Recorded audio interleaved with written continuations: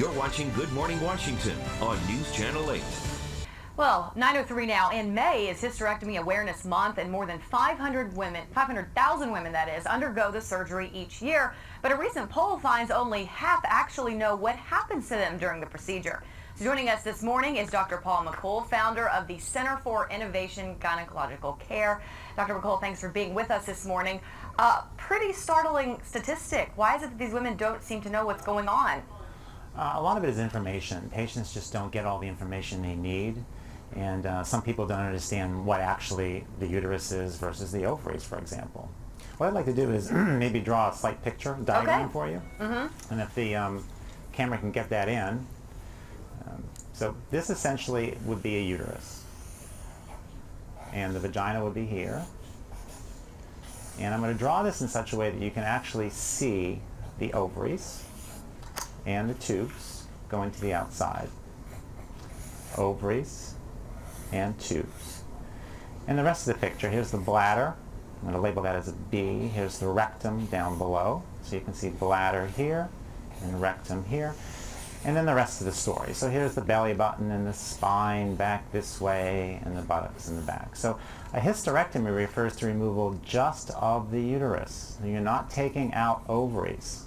And the ovaries make all the estrogen, the progesterone, and the testosterone. So your ovaries actually here keep you healthy, keep your hormones stable.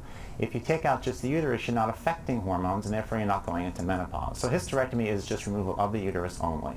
And so are women just not asking the right questions before they head into surgery? Do they not know what to ask? A lot of the times they're not sure what's going on, why they have symptoms and problems. I'm going to draw another sketch and show you a very common condition, which is fibroids, and go over how fibroids can cause these problems. So this is a much bigger uterus with all these fibroids in it. And you're going to see how fibroids can cause many different issues. Again, I'm putting the bladder and the rectum in, and here's these big fibroid tumors. Inside the uterus? Inside the uterus. Okay. Most of the time they are. And you can see this fibroid tumor actually is involving the lining of the uterus here. We're going to put the ovaries in too, and the tubes. Sometimes these tubes get lost because of all these fibroids in place. And pubic bone again, and belly button. And you can see the spine, buttocks, and back. So what happens in this situation? The bladder is actually being squashed by these fibroids. The spine is back here. The uterus has no place to go, so it pushes into the bladder. It can also push into the back and cause back pain. So a lot of people have back pain, pressure, bleeding, don't know why. Diagrams like this help them understand what's going on and what needs to be done.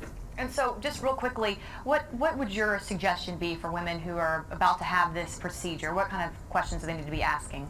Really, a lot of it has to do with getting information either from your primary care physician, your OBGYN, or online, and actually managing your own care. This is a very important point. If you manage your own care, then you know exactly what has to happen.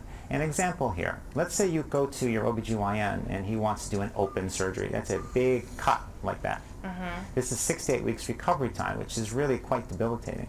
But there's other options. We do something called DualPort, which is 2 little tiny cuts. Is this laparoscopic? Laparoscopic. Okay. So laparoscopic is always what you should do, not open surgery.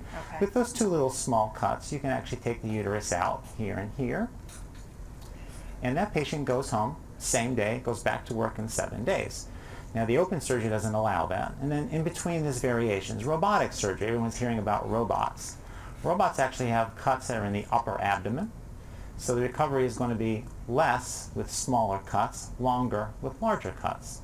So if they ask the right questions, get the information, they can manage their care properly. All right, good advice since this is Hysterectomy Awareness Month. Dr. Paul MacKoul, thanks so much for coming in. Really great information for women. My pleasure. Thank you. All right.